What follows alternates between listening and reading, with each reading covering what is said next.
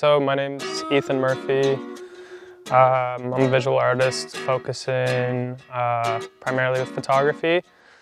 I'm based in St. John's, Newfoundland, Canada, and I'm here doing the International Atlantic Artist Residency Exchange.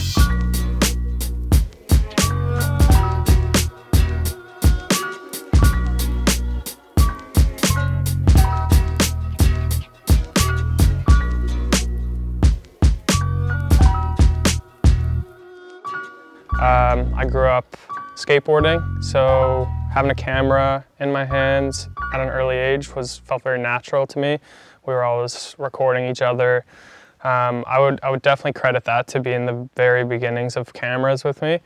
And then I became interested in photography through that. Naturally, just wanted to experiment with cameras. So I would be about 15 years old when I bought my first film camera, and 1 Hour Photo Lab still existed then. So I became very obsessed with the 1 Hour Photo Lab, and I would drop my negatives off, and they would all be terrible, and I would still love it. So I really got hooked on film photography at that point. I went and studied photography in 2015 in Toronto, and I guess that's when I started kind of thinking a bit more seriously, making pictures a bit more seriously, and thinking about photography as an art practice rather than just kind of hanging out with friends and just kind of photographing what was happening. But when I moved to Toronto to study photography, I realized how important Newfoundland and its rural environment was as a crucial subject in my art practice. So I really didn't like it at all as a young person. I wanted to leave desperately. I lost my father when I was quite young. So yeah, I really just didn't see anything there for me, didn't want to be there at all. So when I was studying photography and kind of thinking a bit more seriously about making pictures, a lot of the early work was made on a place called Bell Island where my father grew up.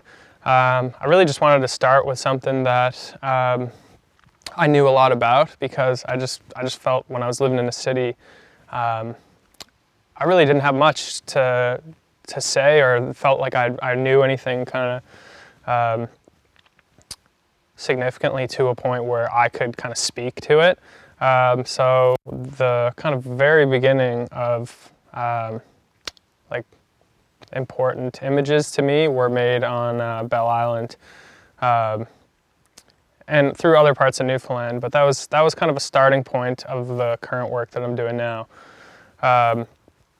which is kind of based around island communities. So I've been working on a project in Newfoundland over the past couple of years that focuses around ferry access communities, including islands, and it's just really about the sense of community that exists there, where people are very resourceful. They kind of live this way out of necessity. It's not just kind of like a holiday. This is kind of their everyday life. So I'm definitely interested in those types of communities where people are a bit more collective.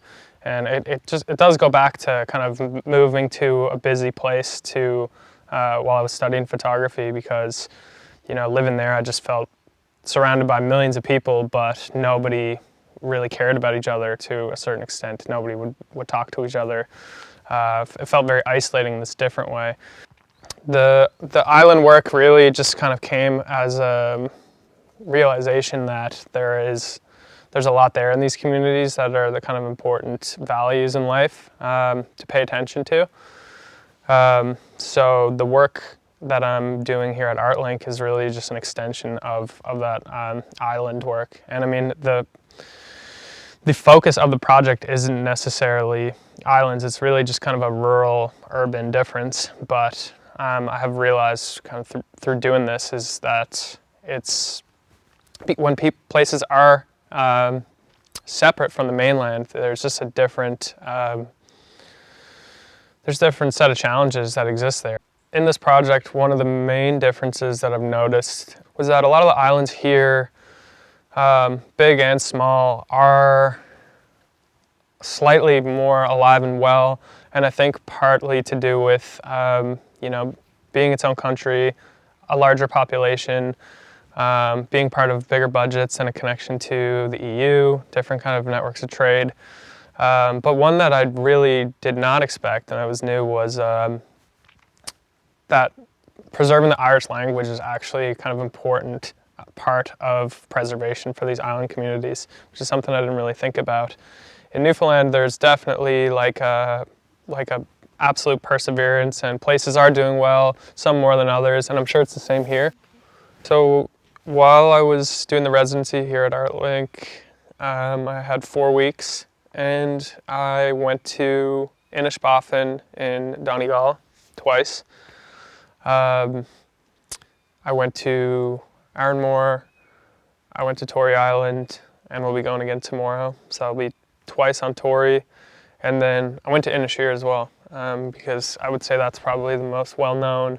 When I went to a lot of these islands, an important thing with my methodology of photography, which can be quite an extractive medium, is I don't really want to kind of move in and out silently or like more like a tourist. Like, it's really important to get to know the people and actually have a type of reciprocal relationship with them.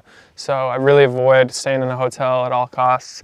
So while I was on Boffin, I stayed with Cal, and there was a festival happening the following weekend, so I ended up painting the hall for them. It's just people helping me out. I missed the last ferry. A fellow Donald just brought me over, no bother, I'll bring you over there. Wouldn't accept any money, which is very much the exact same what I would find in Newfoundland, and it's definitely like a thing that's reaffirming the idea of these places and what kind of community exists here. But I guess it's important to reiterate the fact that 4 weeks is really just kind of a brief encounter with coming over here and expanding the work over here. 4 weeks will just be kind of a way to get to know things and figure out ways to be able to come back.